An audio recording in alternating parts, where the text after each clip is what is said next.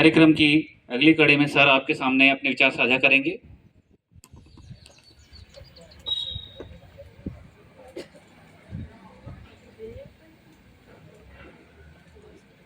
जिंदगी कांटों का सफर है,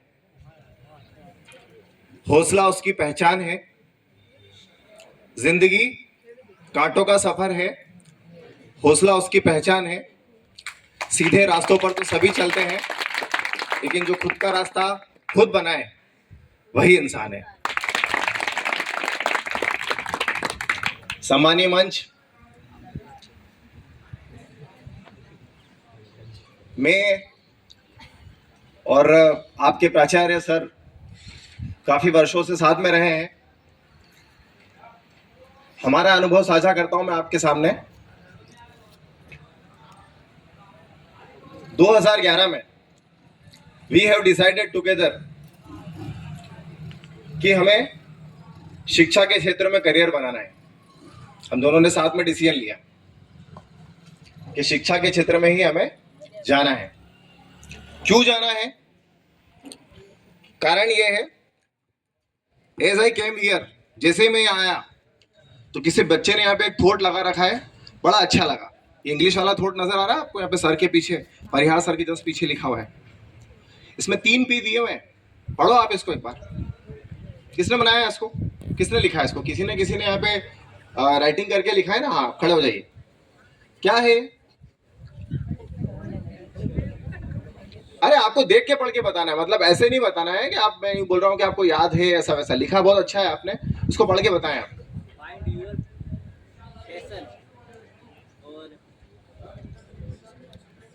पेशन को इनफ, पेशन को पर्पस बनाएं। पेशन को क्या बनाएं? पर्पस बनाएं, तो निश्चित रूप से दुनिया की सारी कायनात आपको मदद करेगी उस पेशन को आपको हेल्प करने में, और वो आपका पेशा बन जाएगा, आपका प्रोफेशन बन जाएगा। जो आप चाहते हैं एक्चुअली वही देगा ऊपर वाला आपको। ये 3 जो P यहां पे लिखे हैं, ये बड़े काम के हैं। बस शर्त ये है कि इन्हें उतारना है हमें अंदर।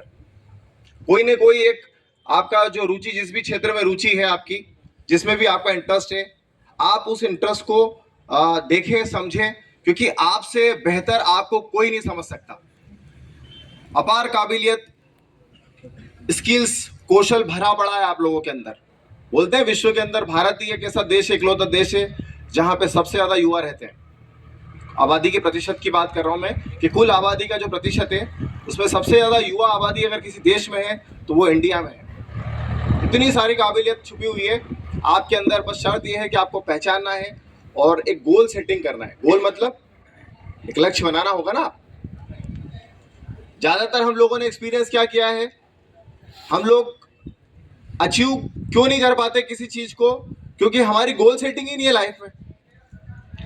तो unless you set your goal, कहाँ जाना ये हमको खुद नहीं पता। जैसे होता है ना पतंग की डोर, पतंग को उड़ाने के लिए डोर होती है, और फिर उसको उड़ाने के लिए, उसको दिशा देने के लिए एक नेतृत्व करने वाला जो होता है वो कौन होता है? जिसके हाथ में पतंग की डोर होती है, तो उसको जहां चाहे वो वहां ले जा सकता है।